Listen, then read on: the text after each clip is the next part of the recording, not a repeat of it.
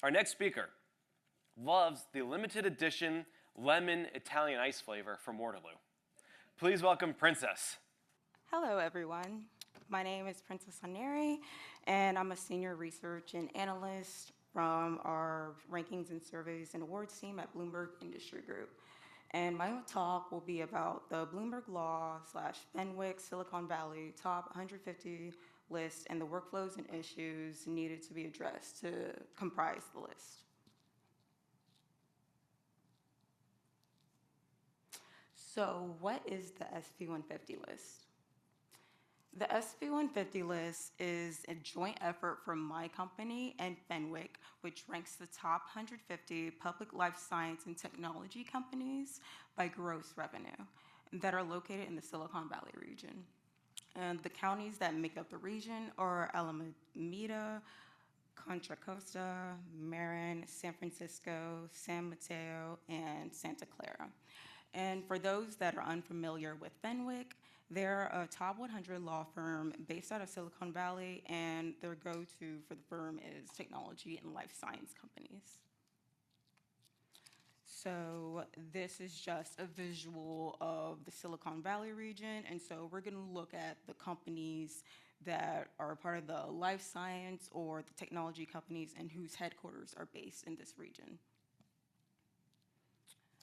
So this graphic display shows the top 10 companies over the past 5 years and their fluctuation in revenues.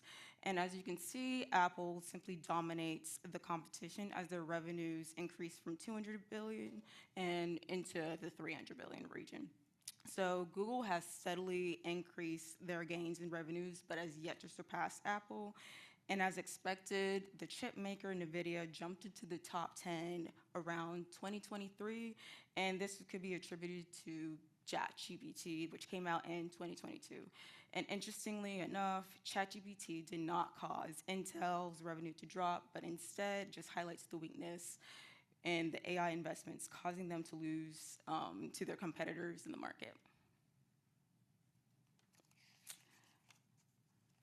So we know that revenue is taken into great consideration, and we have to be very conscientious of the other factors when making the list.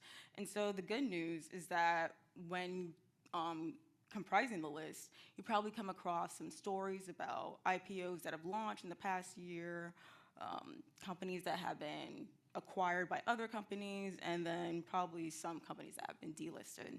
So the bad news is that you may not remember all the bits and pieces of it, and with that comes like the data validation at the end, which takes some time to figure out.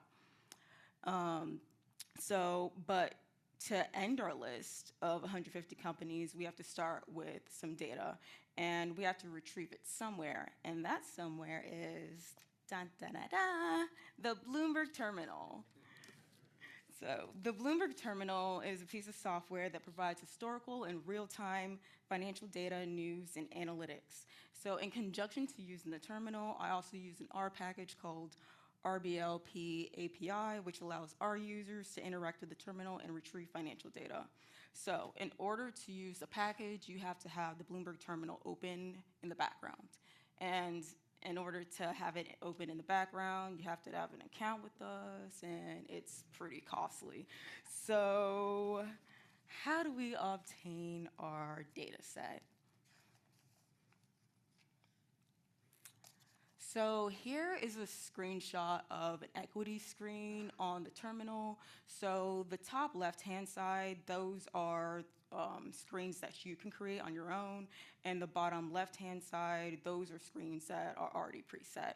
So since I'm trying to gather the top life science and technology companies in the Silicon Valley region, I have to be specific with what I'm trying to look for in my filters.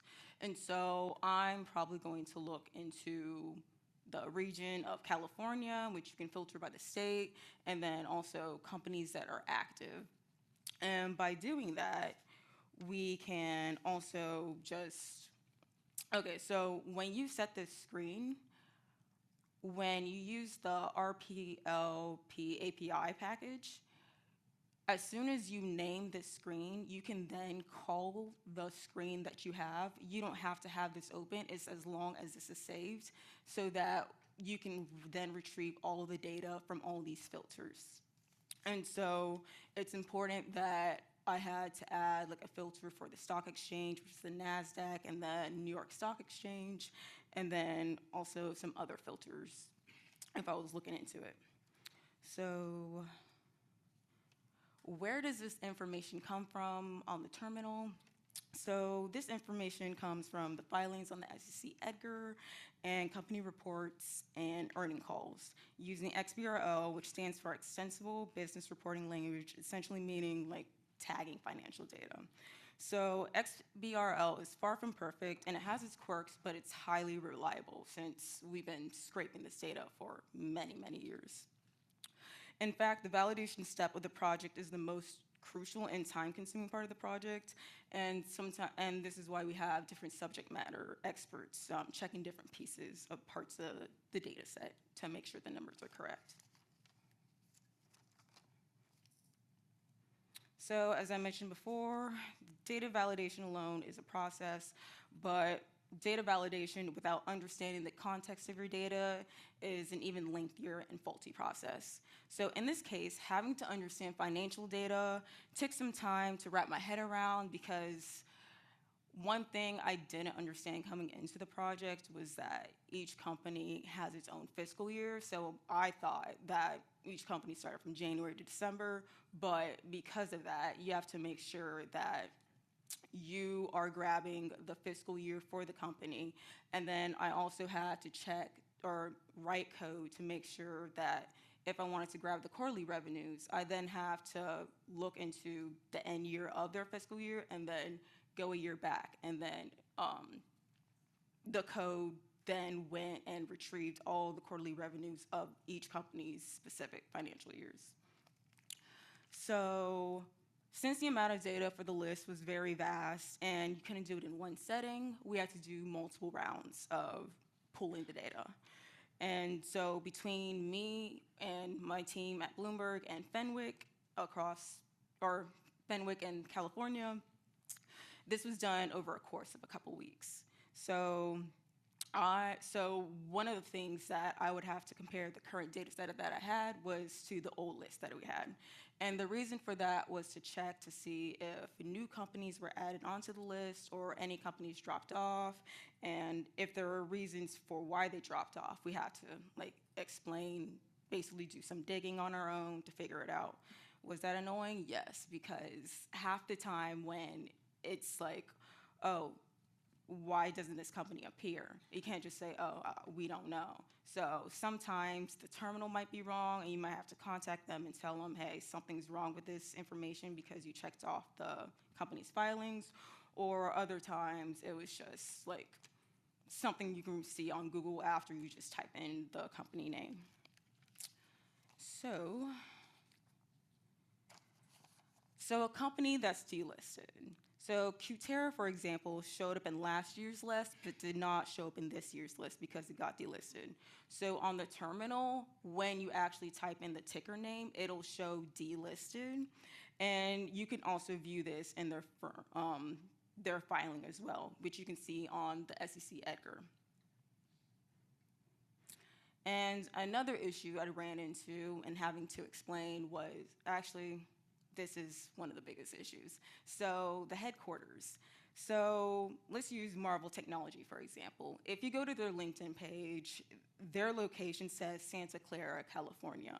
But when you actually go into their filings, it's in Delaware. So because it's in Delaware and my curated equity screen only filters for companies whose headquarters are in California, it's not going to show up. And because that's like the first data set that I start off with, when I get to the end and Fenwick comes with questions and they're like, oh, why aren't these companies shown up on the list? I then have to go in and try to figure out if something's wrong with my filters or something's wrong with the code itself. And usually it's either something's wrong with the code, like I'm probably missing something, or it just didn't show up in the filter. And then also there can be some like weird quirks on the Bloomberg terminal where and I swear this happened too, but Fenwick came to us about like one of the quarterly revenues for one of the companies was incorrect. And I checked into the SEC Edgar filings to see if they updated any of their filings. And when I did, I didn't see any updates. So I saw probably March or May. And then when I pulled the data again, it magically updated. And I was like, okay, I don't know how to explain this, and this is embarrassing, but it just updated on its own. You just have to believe me. It wasn't me, it's the terminal. But sometimes you can just get away with it just blaming on the terminal, but most of the time you have to do your due diligence and actually research why something's wrong. But for the most part, you can rely on the terminal. Okay.